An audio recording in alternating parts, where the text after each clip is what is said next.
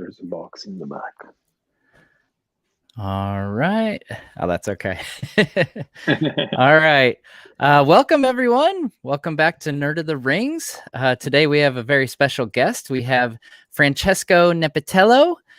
He is the designer of the One Ring role-playing game. And if you're not familiar with it, it's currently has, let's see here, I have the Kickstarter pulled up. It has 6 days to go on Kickstarter and has gone over tremendously well. It currently has the original goal in US dollars was a little over $12,000. It is currently at $1.3 million. So needless to say, this has gone over quite well, Francesco. Absolutely, yes. Beyond any optimistical expectation. It's beyond any of that. It's really in the realm of the possible. Well, it's always fun. I always love hearing the stories of projects like this on Kickstarter, and what kind of expectations they had before the project just exploded. So what obviously your goal was 12,000. Did you feel pretty confident going in that you would hit that goal and maybe exceed it? I know you've had some stretch goals and everything like Kickstarters tend to do. But I would imagine 1.3 million was probably a little beyond what you expected. Yes. Well, I'll be honest. Of course, the minimum level was frankly very, very low. Mm-hmm. But it was set that low because the company was already willing to publish the game, whatever the result would have been, because they knew that the game was going to be popular for reasons that we can go and detail later if you want. Mm-hmm. But we were not expecting this level of success. Mm-hmm. I can tell you which one we were expecting, and it was based off the success of the game called Twilight 2000 that the company funded in Kickstarter a few months ago. And it was the most successful Kickstarter for the company to that moment.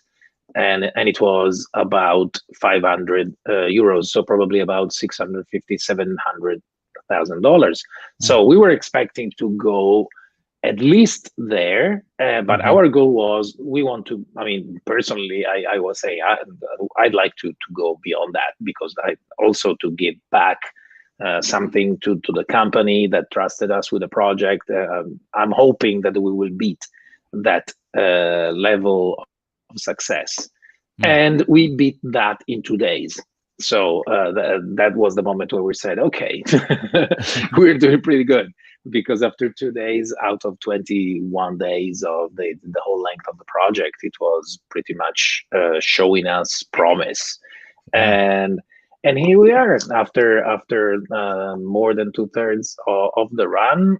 We are now in the top 3, I think, of the most funded RPG projects ever funded on Kickstarter. Wow. So yes, we're amazing. Pretty happy how it's going. Yes. That's fantastic. We got a super chat from Empress of Flame 16. Thanks so much. Just so you all know, I pinned it in a comment there, but all super chats will be given to the Kickstarter for the One Ring RPG. So maybe we'll have a giveaway later on the channel for that. But yeah, well, those will all be going to the Kickstarter. So so one of the most popular questions I got asked, I kind of solicited questions ahead of time, and one of the big questions I got asked is what's the difference between this and the first edition? What made you guys decide to go back and revisit the One Ring RPG and make a second edition?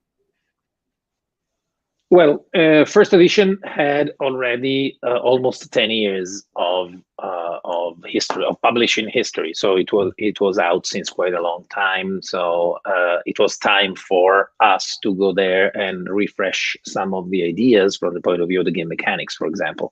Also, we had more than 10 years of feedback from players, and we knew that there were a few things that needed revisiting.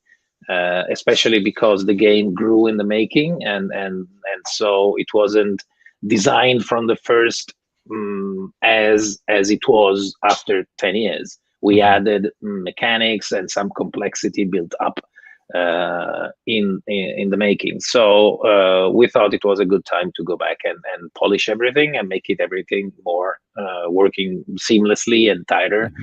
But also we had since the beginning this idea that the One Ring was going to be a game that was evolving through time. Because one of the things that is most interesting in the stories by J.R.R. Tolkien is exactly this. It's not simply a story told about one specific period in time, because everything, the world of Tolkien is very much founded on a very rich history and a very deep history that goes back 3 ages of the world. So immediately we thought, that this is way back when we started designing first edition of the game. The decision was made to say we're not going to do a game that will be developed from the point of view of simply geographical depth, so to cover many lands. We're going to cover a wider space, a wider period of time, because we want to give this perspective to the players. They're going to play for the lives, along the lives of different characters, possibly, if they're mortal, especially, and to experience the world that is changing. In fact, we decided to focus the game on the time frame that goes from the story of The Hobbit and The Lord of the Rings. And of course, if you're familiar with the stories, you know that it's a wide gap. There's decades between The Hobbit and The Lord of the Rings. Right. Almost 60 years. So there's a lot of time to tell new stories in that period of time that Tolkien detailed, but they didn't detail too much. We know quite a few things about what happens from The Hobbit and to The Lord of the Rings, but we don't know who were the heroes of that period. There's plenty of room for the players to create their own and to live and to create their saga. So first edition was set a few years after the story told in The Hobbit, and now we advanced the timeline 20 years. Because since the first time that the first edition came out, several supplements already brought the story forward. So we already covered a number of years. So in a way, the One Ring second edition is the new now for the game, and the first edition is the past of the game. So it doesn't make first edition in a way completely obsolete. I mean, if you want to play earlier and closer to the story of The Hobbit, you can keep playing first edition. Also, we moved also focus from the point of view of the geography, because first edition was set in the land of Rovanion, that is Wildenland, that is where the big forest of Mirkwood is, where the Lonely Mountain of the Dwarves is, and so very much of a frontier land for Middle Earth. And we decided to have that because it was a place that was very ripe for adventure. And also, since the story starts exactly after the death of the dragon, the land is enjoying a new prosperity. So there's plenty of room for adventures. Now that we are 20 years later, we moved over the mountains, so to the west, to the land of Eriador, where the Shire of the Hobbits is, for example. And where once was the ancient realm of Arnor, that was the northern counterpart to Gondor, that everybody knows well from the movies. So it's a land that is filled with ruins of castles and tombs and barrows. So in a way, it's a darker environment. And also we are 20 years in the future compared to first edition. So we're looking forward the War of the Ring. So there are already some dark clouds gathering and the enemy is moving. And so the game has now this tint that is slightly darker. We're much further into the twilight of the Third Age, and in a land where already different enemies and powers are moving and trying to I mean, there's already some sort of overshadowing of the war to come. So that was that's the idea behind that's the design behind the choice of placing it there. It's a place of adventure and a time for adventure, a little more desperate possibly compared to first edition. So and that's something that is very reflected also in the art for the game, that is darker than before.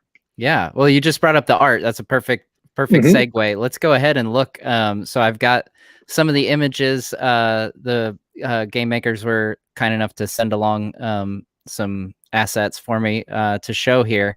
So here looks like maybe we have a ring wraith, if I'm not mistaken. Yes, that could be a ring wraith, but could be also a barrow wight. And I'm saying this because we recently had a nice conversation about this. This art is by Martin Grip. Martin Grip is the main artist for the color plates that are going to be in the rules. And we had a discussion because we were wondering when he got this nice idea of making this white look, or wraith looking so archaic from the point of view of the helmet he has on his head and the armor, and we discovered that that Martin had looked back for inspiration to some art from Ian Miller. Ian Miller is an artist that worked on the Tolkien bestiary way back decades ago. It was a very nice book that in the beginning, I mean, before Alan Lee, before John Howe, the bestiary of Tolkien was possibly the book that shaped our perception of the world of Tolkien. I wish I could show you the art that was the inspiration for this, but I'm not sure I can do that. Well, we can kind of cycle through some of the art for the game. It looks like here we've got kind of a fellowship group here with ruins in the background, it looks like. There's like a big head of a statue behind the group. That's what great. I like about Martin Grip's art is very much the fact that it's more impressionistic in style, meaning that it gives you inspiration to imagine stuff more than simply showing it to you. It suggests things, suggests movement and menace, like in this case. And I really like this one. This is very, very, of course, also reminiscent. You can feel the tension from the movie. Absolutely. No. I'm totally in love with the art style. I'm grateful to Christian Granat, the art director, and Martin Grip. This one is amazing. I mean, this idea of depth, of looking towards such a distance, and the depth, and also the really idea impressive. that I like the light of this art in general. Then we've got one more here. With this one, I think you can tell that the company is from Sweden, because I think this piece makes you feel cold already. Absolutely. It's very reminiscent. It makes me feel like like the early portion of the Fellowship's ascent on Caradhras. Yes. Absolutely. It's like before they get to the chest high snow, this was what it started as to me. It's tricky when you do art for the Lord of the Rings, because you have to tread this fine line between simply portraying something you know already and making something entirely new. If you make something that is excessively new, people might not recognize it's Middle Earth. If you stick too close to what people knows, of course you're just showing something they already seen thousands of times. So I think that Martin was able to get that and give you the right mix of familiar and new to bring you there. Absolutely. I think the art is fantastic. It was one of the first things, I think, being a video guy, I'm naturally drawn to the visual aspect. So as soon as I saw the art, I was like, okay, this has got my attention now. Yeah, it was a hard, it was a hard success to follow, because the One Ring was very appreciated for the art. And the graphic design in general. So it was, and since we were breaking off from that presentation for a huge number of reasons, and especially the change of company and marking a difference from what came before, it was hard to find something that was equally interesting. And Martin Grip is very different and equally worthy. And we don't have enough to show for the moment of the black and white art and the graphic elements that are there. But Alvaro Tapia is doing that. Is a fantastic artist with a great world building capacity. So I'm sure that people will be happy when we will start showing more of his work also. Yeah, absolutely. So we got another super chat. Thank you from Notorious Chill. She asked, what's the platforms for this game? And I think this kind of leads into a good question. So I had a lot of people kind of confused. They were asking if it was, coming out on Xbox or something. So so this is an RPG. So this is a tabletop RPG. So yeah, for the novices. So I haven't done hardly any RPG gaming myself, tabletop RPG.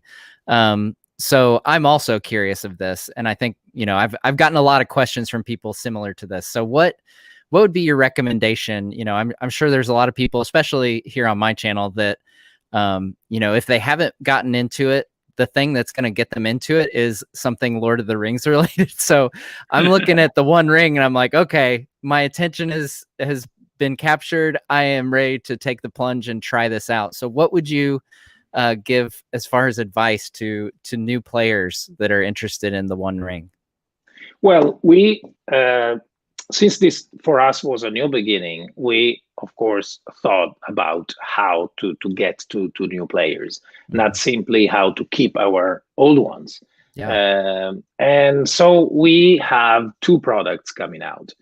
And one is the usual core rules for the game, that is a volume. So it's basically a book and containing everything needed to play the game. Because with tabletop role-playing games, you play just usually with dice, with a character sheet. The ones that we're using for the game are close to this one. This is a mock-up for what we're using, where you have all the characteristics of your characters, so your abilities, what you do, what type of adventurer you are. You might be someone who's more what's called to adventure because he wants to see the world, or she wants to fight the enemy. So you have different vocations, different callings called in the game. And just to make, of course, if someone is totally new to role-playing games, the most well-known name is, of course, Dungeons and Dragons. So a game where there's one participant is the game master, and the other players are playing characters, so they're interpreting someone. And so the core product is the rule book, and you have everything there needed to start playing in Eriador, so in the starting area where the game is set. The other thing that we're doing is offering a box, a starter set box. It's a starter game that has, of course, elements of the basic game and the standard game, but simplifies it by making by eliminating some of the most complex things. And one of the things it doesn't have is rules for creating characters. So in the starter set you just choose a character from the existing ones. Gotcha. The thing that is interesting in our starter set is that it is set entirely in the Shire, so in the Shire of hobbits, and you are playing hobbits, not exclusively, but you mainly play hobbits. And the other nice thing is that you're playing historical hobbits, meaning that you're not creating one. It's not one we invented, but they are characters out of the books.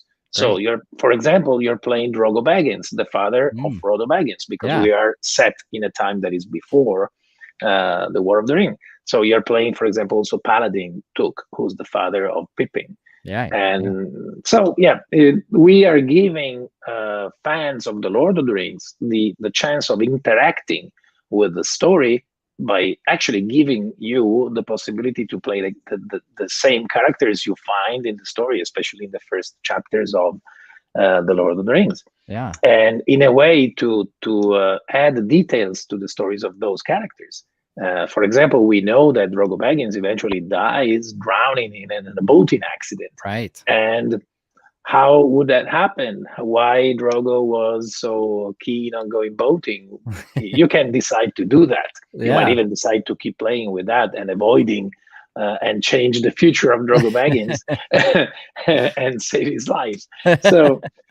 So yeah, you're playing the starter set being focused on hobbits is in either it's simpler than the core, and it's also lighter in tone, because you know that the Shire of the Hobbits is a sort of a safe place compared to the nearby areas. And so they're secluded but also safer. But of course, as everyone, they have problems, even if they're not as big as problems that they might have elsewhere. They still have things to solve. So you're going on adventures that, of course, for hobbits are big adventures. And we have a booklet of 5 stories to play, and that will let you interact with lots of very well-known characters like Bilbo Baggins and Balin the Dwarf and so on. There are some sort of exclusive content in there. Some characters are unlocked by playing the game, and you will get to play them. So they're semi-secret characters. Okay. Great. I like surprises. So and I appreciate. So we've got the one aspect of the game that's kind of for newbies to kind of like hold our hands as we walk into this brave new world. And then we've also, I saw there's some confusion in the chat. I wanted to make sure that we were clear, the way that the first edition operated, the traditional elements where you create your own character, that is still a part of this game. We are just on the topic of the starter set. Absolutely. There. Yes. I just wanted to clarify that I saw some confusion in the chat there. We got another super chat question from Ben Kenobi. Is the One Ring a miniatures dependent system like D&D or Adventures in Middle Earth? I don't believe it is. It's not a miniatures game. Well, we embrace very much the spirit of role-playing games that don't need physical elements to allow you to play. I mean, also personally, I've never been a miniature guy, and I always found that even playing D&D and other role-playing games, that having a figure there was robbing me a bit of my mental image, Also, so the game, the One Ring, just to make this short, is more, they call it theater of the mind, meaning that the combat, for example, is played in a way that is very descriptive and very dynamic, but doesn't rely on a grid, so doesn't need figures to be put on the table. Then if you have some of the fantastic Games Workshop figures that they did for the Lord of the Rings, I mean, nobody stops you from using them. Also, they can be useful for example, just visualizing some engagement, who's fighting who, stuff like that can be useful. We are going to have some play aids that have been unlocked on the Kickstarter, that we have this sort of things. That's a mock-up, that's an old one I was using playing first edition, even if it wasn't produced. It's something I did myself. But it's a sort of a coaster size, like a beer mat size thing, where you have the different positions, different stances you can have in combat in the One Ring. For example, you can fight in a forward stance, or in a defensive stance, or in an open stance. They have different rules, and the real world that also allow you to, for example, use a bow from staying just behind your other companions fighting in the other positions. For Ah, example, this thing can be used with figures, because if you have it on the table, you can have the figures around it just to right. show I'm fighting in open, I'm fighting in forward, and stuff like that. So Yeah. helping you memorize, and we will have those things in the starter set for the Lord, for the One Ring. That, in fact, in some ways, the starter set works as a sort of a kit of play aids for who is playing the standard game, because you have maps there. For example, a Yes. big map of the Shire and a big map of the region of Eriador.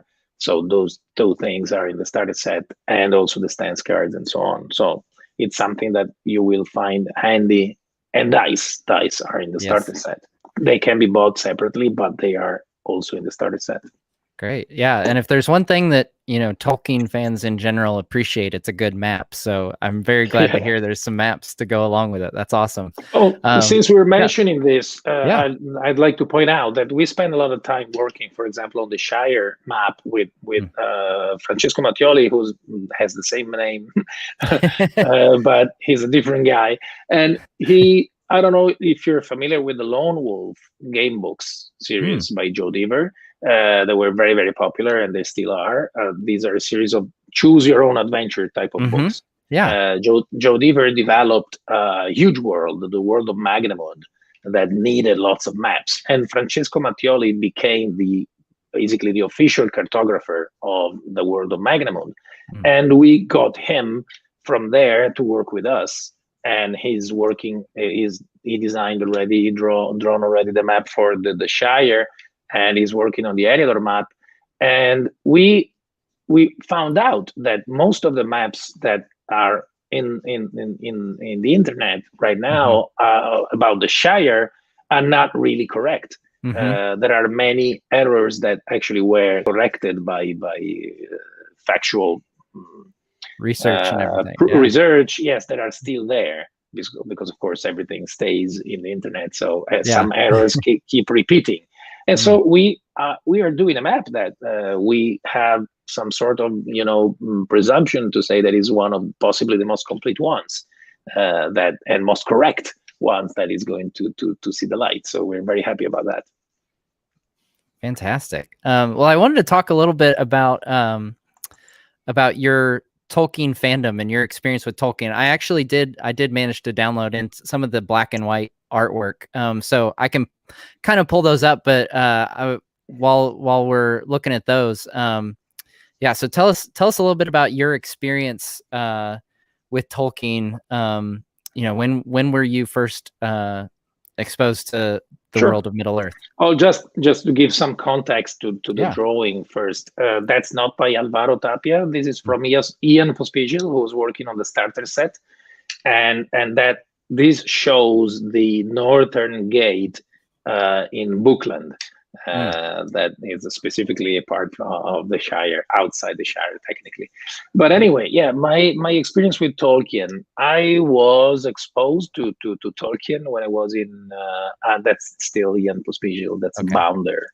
And I read the book when I was in secondary school. I was about 12 probably, and I actually I had to fall ill and had a fever that lasted for like 10 days or something like that to actually go beyond the first chapter, because the party, the Hobbit party in the beginning, to me was really terrible to go over with in the beginning. Now, of course, I love it. I mean, I read the book hundreds of times, but at the time I couldn't go beyond that. And I luckily I was at home for a week, and I had nothing to do, nothing else to do. Read. Yes. And so actually I digested that, and then I couldn't stop. So so that was my first exposition to Tolkien. And then I was a fan for a long time, but I didn't had anything to do with it, with my passion professionally, until 2004. In 2004, me, Marco Maggi, my co-designer also on this game, The One Ring, and Roberto Di Meglio, another designer, Italian designer, we created War of the Ring. That's a strategy game, big box with lots of figures that has been in production since 2004 without interruption. So it's 16 years. 2 editions and 1 collector edition, 1 anniversary edition. So it's a huge box recreating the entire Lord of the Rings story from the point of view of the military story and also the characters. So you either, it's basically a 2-player game with 1 player playing the Free Peoples, so and defending themselves from the attack of the Shadow, and at the same time trying to destroy the ring, and with the other player, the other faction, trying to win militarily before the ring is destroyed, or finding and corrupting the ring bearer.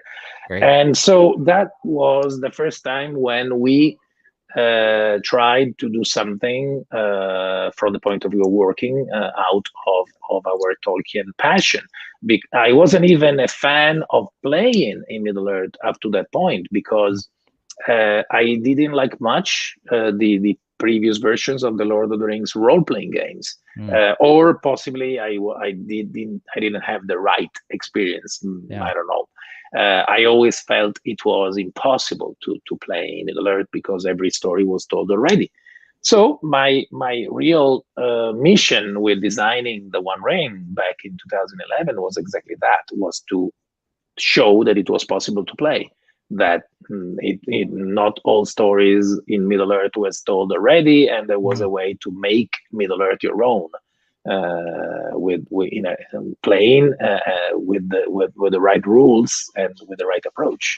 So that was our mission. I think we succeeded, because they also, in first edition, the game was a success even before this Kickstarter.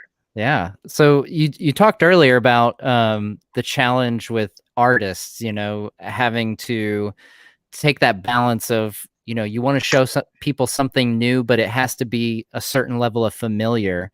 Do you have that same approach or that same challenge when you're designing a game?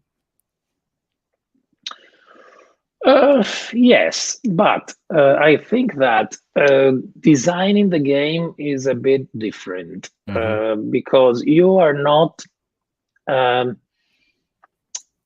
with showing art. You are fighting against the mental image that someone has. I mean, everyone who has seen the movies but read the books before they went to see The Lord of the Rings by Peter Jackson had their own mind already set, and so for some choices for them would be not optimal. Everyone has some favorite character and some characters they don't like at all from the movies, because they already had their ideas. Peter Jackson was very wise in enlisting the help of people like John Howe and Helen Lee, who spent already decades painting Middle-earth, and giving some some input to people. So by doing something similar to that, Peter Jackson was able to tap into a general consciousness that people already had. With games, we had to do the same thing, but we really approached the text as a sort of a number of ingredients. We had to study the text so deeply to focus, to find out which were the main ingredients of The Lord of the Rings. And eventually, apart from localizing a few things like journeys, for example, and that we have a very prominent position in the rules for the One Ring, but also we found out, not surprisingly, that language was paramount. Tolkien built everything around language. Everybody knows that basically Tolkien was a lover of languages, and he was inventing languages, and he created Middle-earth basically because he wanted to have a world where his languages were spoken. So it was almost a secondary thought, an afterthought. Okay, it's crazy to think that. Yes. And so by using language and words that Tolkien was using repeatedly in the stories as building blocks for the game, we accomplished that. We gave a game that when you read the rules, and when you even just look at the character sheet for the character, you realize that it's Middle Earth, because something, I mean, the words come back to you. Yeah. They are familiar. I can make you just an example. The main characteristics of the game are strength, heart, and wits. Okay, so you have a physical characteristic, like a personality characteristic, and one that is more connected to intelligence. Okay, so strength, heart, and wits. These are characteristics that Gandalf himself singles out, talking to Frodo. He says that when you're going on your adventure, you will need all your strength, heart, and wits to succeed. Yeah. And so that's exactly what we did for everything else. Every word that is that makes up a character is we had to look for it and see how many times it was repeated in the text. If there was some synonym for that word that was used more, and so on. So everything had to be totally faithful to the stories. That's fantastic. And it seems that we succeeded, because we have people going back to read the stories after playing the game that actually appreciate more, if it's possible, the stories, because they feel those words as part of their own experiences. Yeah, they've kind of lived it in a way. Yeah, exactly. Yeah. So you mentioned the different characters. So what races of characters? Tell us about the characters we can play as. Now, in this core rulebook, we focus on the land of Eriador. So since we want to, another element that is it's a vital part of the game, that every character type needs to belong to the game. You cannot have,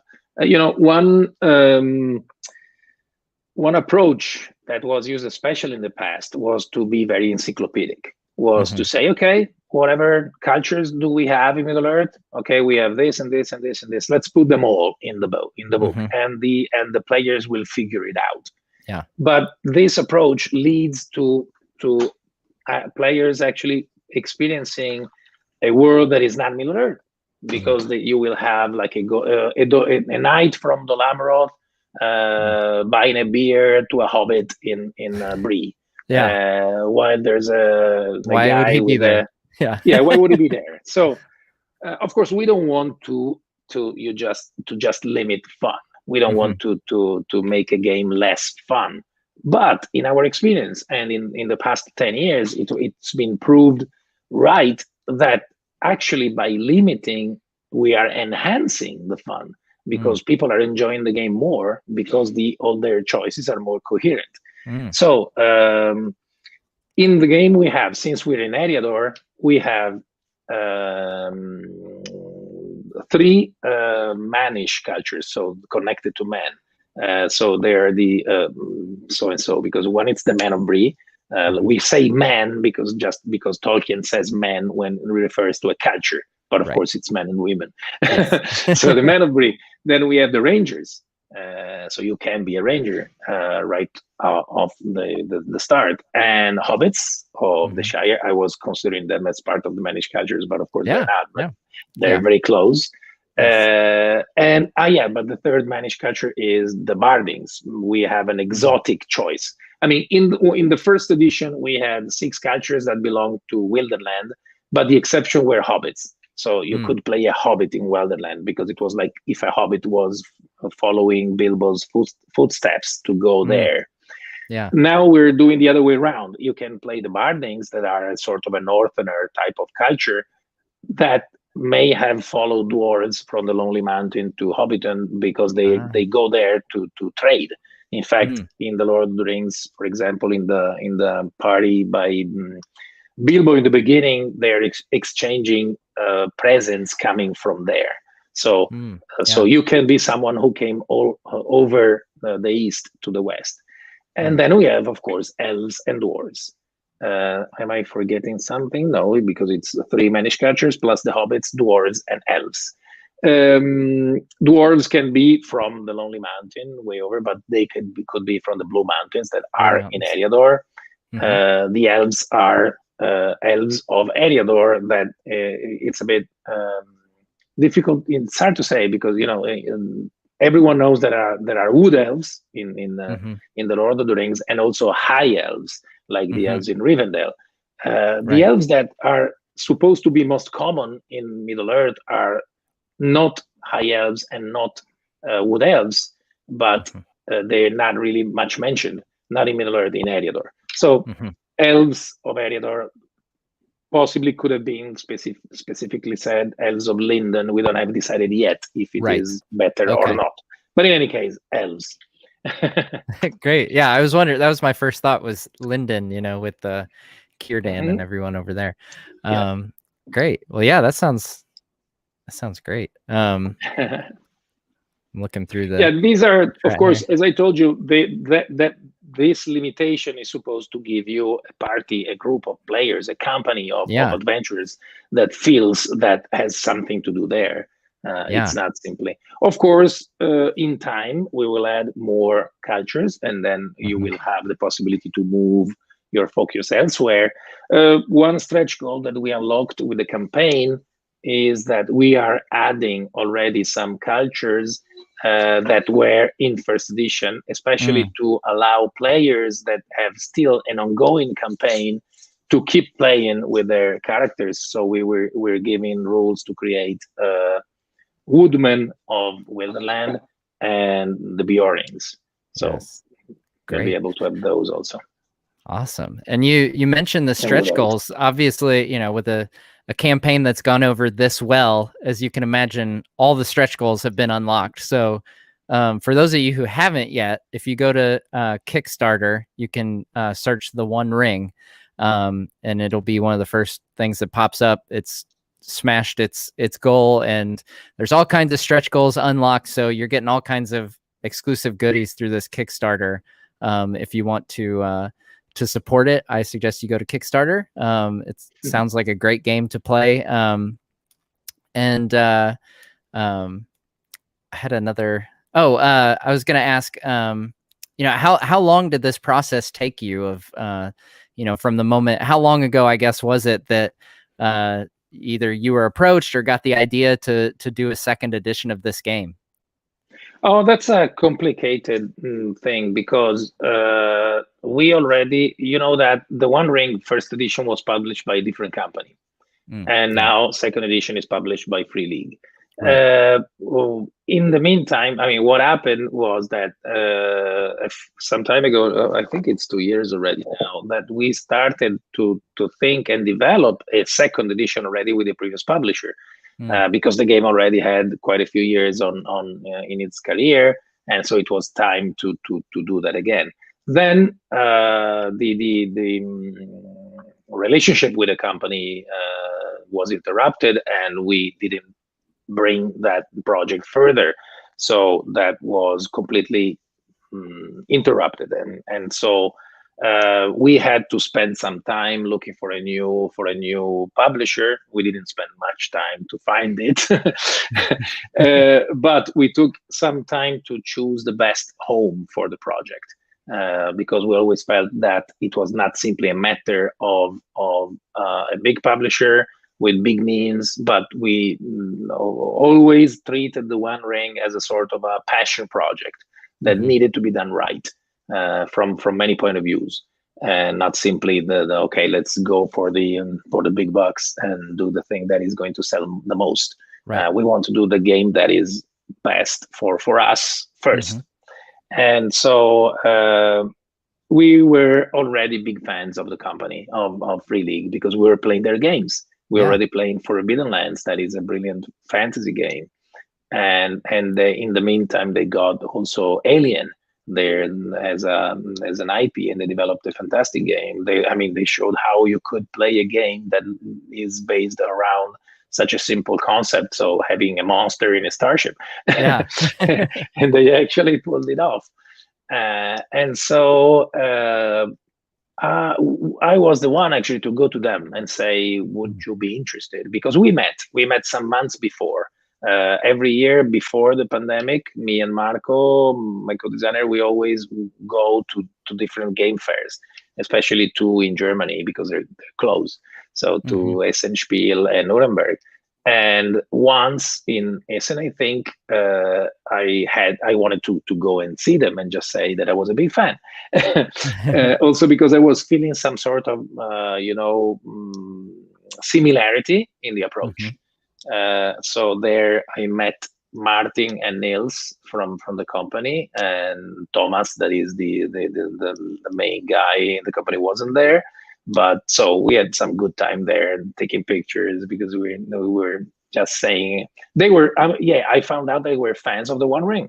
So I was happy. I mean, I'm a fan of your games and you're a fan of my game. Yeah. But there wasn't anything there yet, not even a real thought. Months later, when things developed, I had this idea of calling them and telling them, how about we make the game together?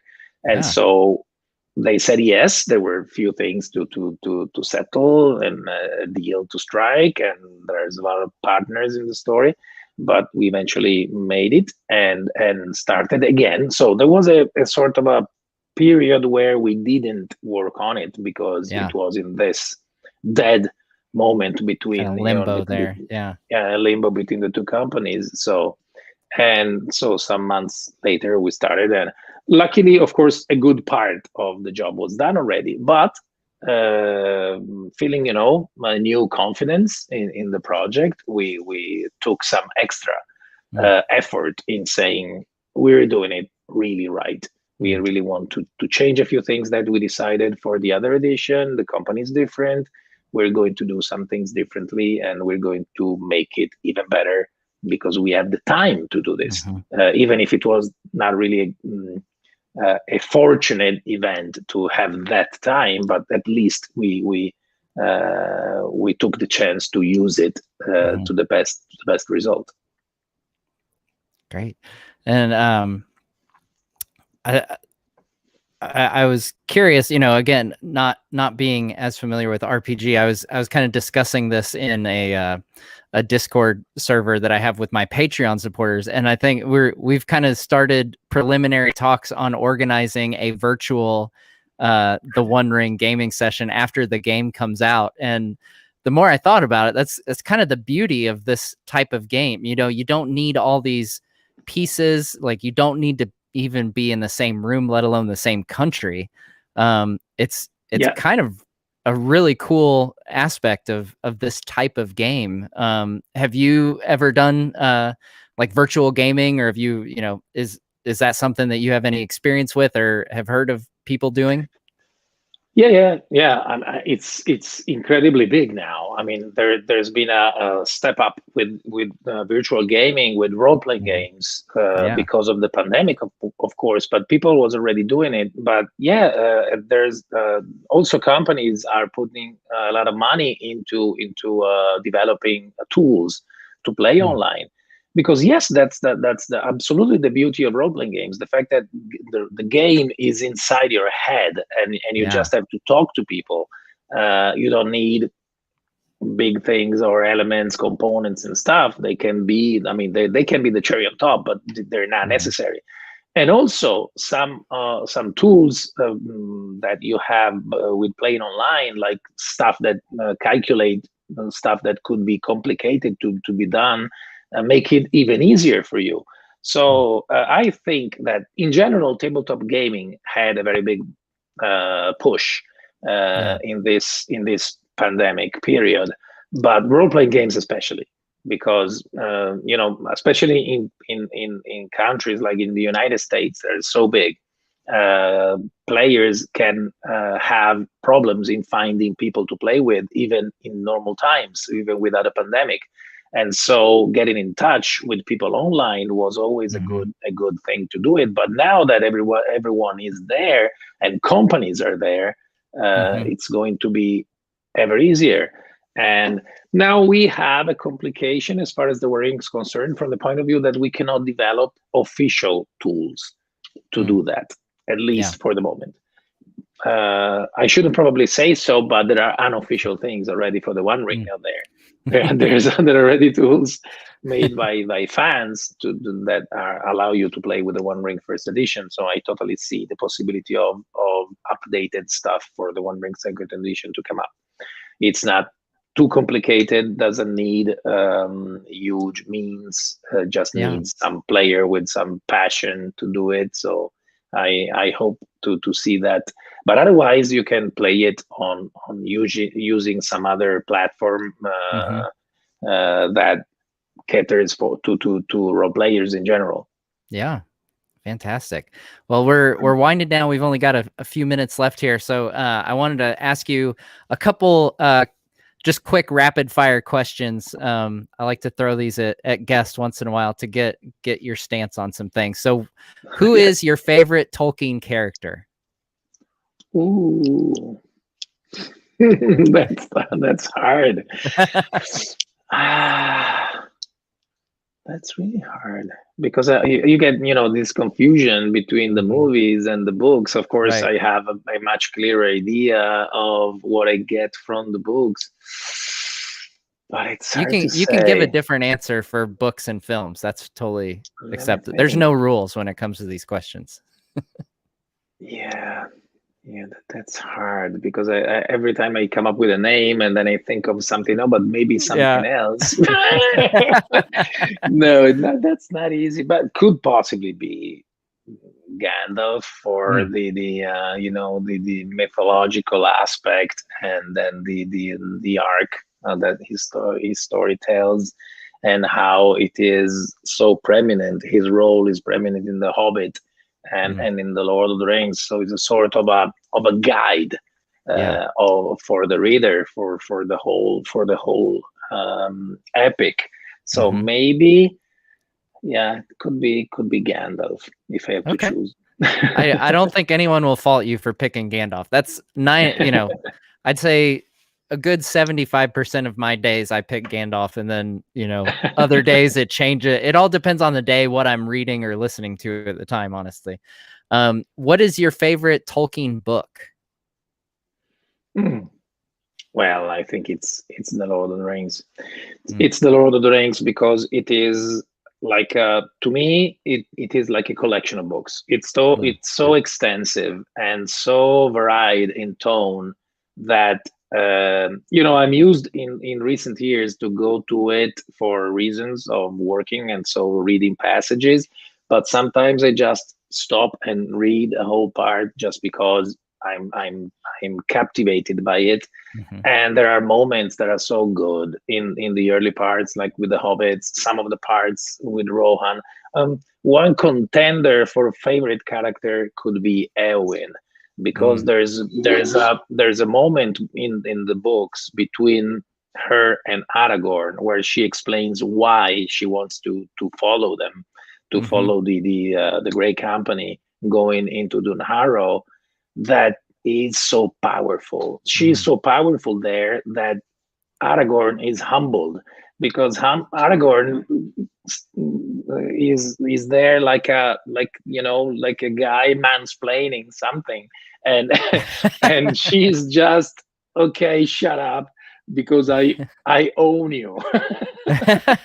I mean, she says, you're just like the rest. You're telling me that I has to stay home and wait for the guys to come back or never come back, and I can die after that. So she just owns Aragorn, and this is something because of course Aragorn was one of the biggest characters in the stories.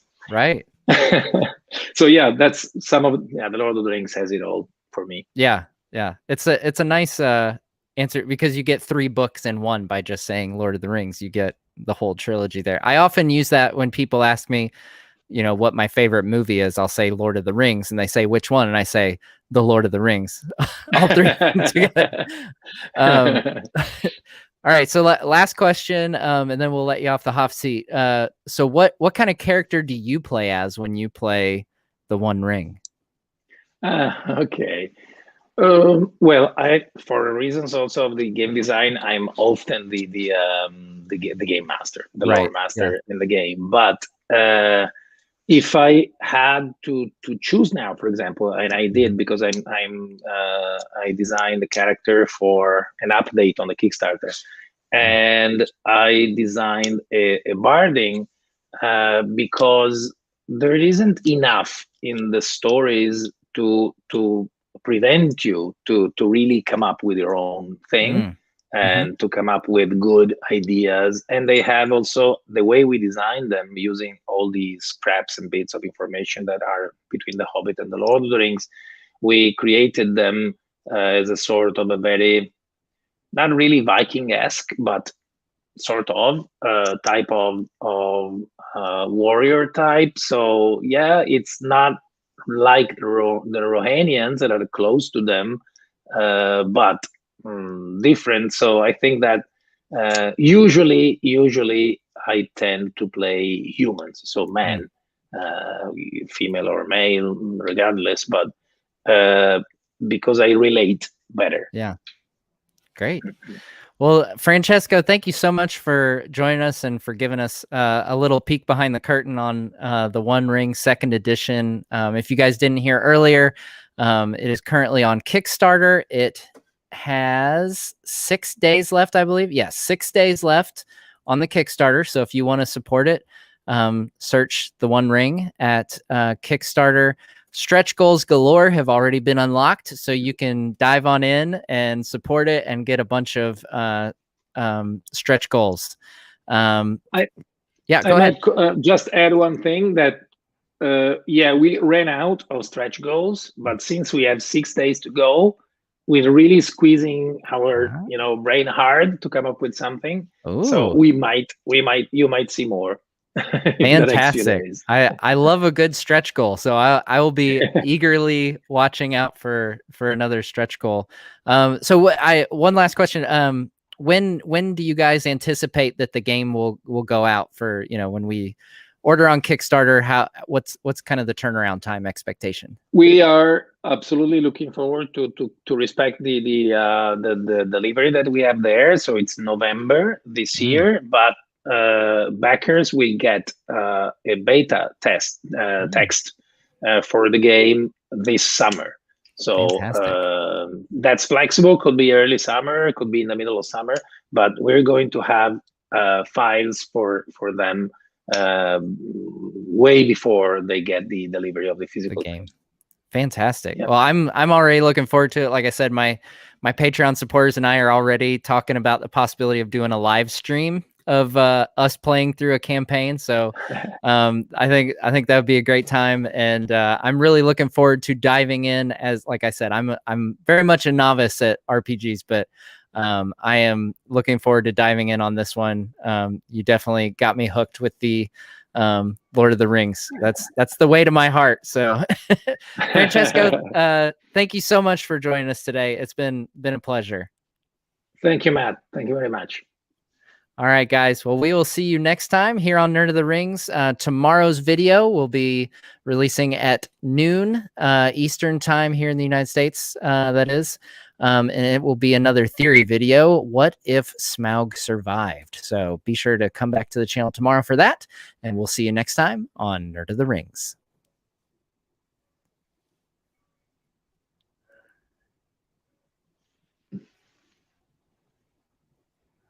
Okay.